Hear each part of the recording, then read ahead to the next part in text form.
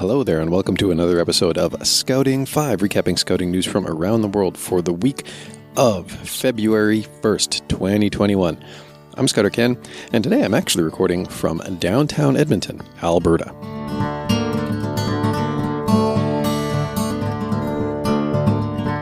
Some unfortunate news to kick us off this week.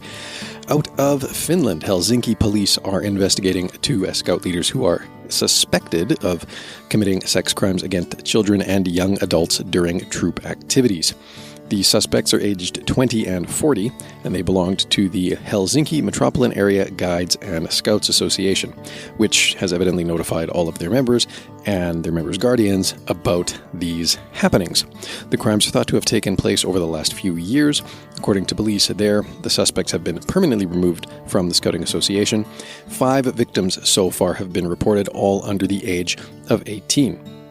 For their part, the Finnish Scouting Association has stated that the organization has a zero-tolerance policy toward any form of harassment and has assured that it will cooperate fully with police investigations.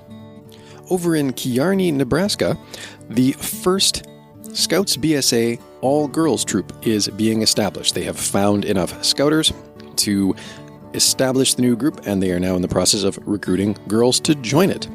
According to the committee chair of the group, Josh Sykes, they are excited for this opportunity.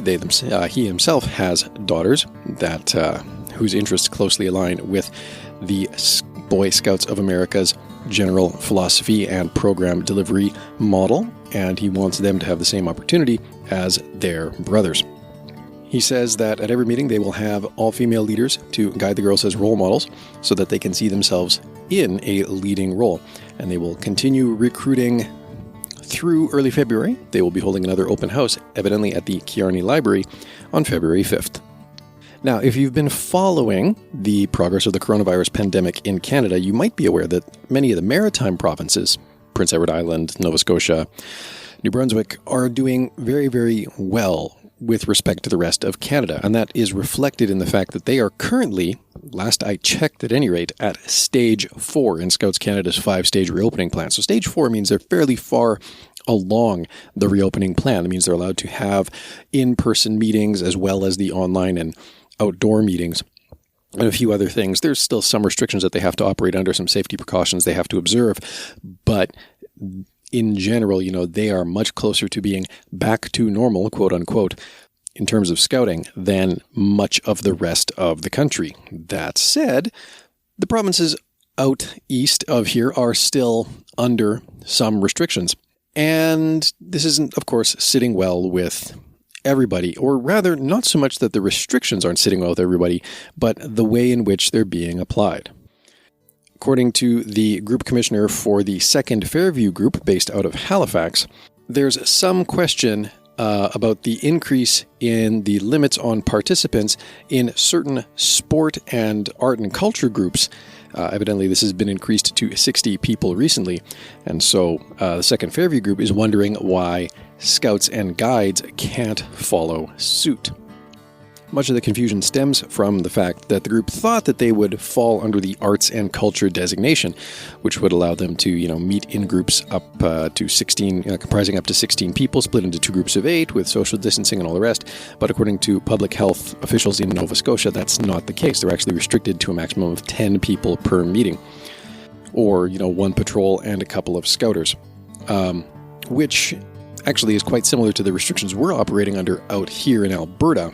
But it does require a rethink of how you deliver program, especially when the 2 scouters that are assigned to that 1 patrol of up to 8 kids can't move between other groups or other patrols. They are tied to, those 2 scouters are tied to those 8 youth, and that's it. And so that really requires a very creative rethink on how you go about delivering programming to youth, because of course it really increases the demand for volunteers that you need to be able to field in order to deliver programming. And the group commissioner for the Scouts says that, it's not necessarily about establishing sort of an us versus them, why do they get to do it when we don't, with, say, hockey teams, but it is sort of a plea for consistency in the application of these rules. If groups like even choirs are allowed to begin meeting again. And of course, we've heard a great deal over the last few months about the heightened risk that singing poses for coronavirus transmission. If groups even like choirs are allowed to begin meeting and performing again, there is a reasonable question there to be asked as to why the Scouts can't also meet in larger numbers. Still, not all is doom and gloom out of the Maritimes. The 8th annual Winter Woodlot Tour is going to be held just outside of New Glasgow in P.E.I. this coming Saturday. This is an annual event that's kind of intended to give the community an opportunity to explore the diverse resources and benefits that public and private forests provide to Prince Edward Island's environment. And this year it will take place at a little private woodlot located, like I say, just outside of New Glasgow, P.E.I., just along Buffalo Road. Many different groups which have some interaction with the outdoors will be contributing to the activities that are taking place in the woodlot, and that includes Scouts Canada. They will evidently be running tree identification demonstrations from 9 a.m. to 1 p.m. And that is all the news I have for you this week. Thank you again for listening, and until next time, be prepared.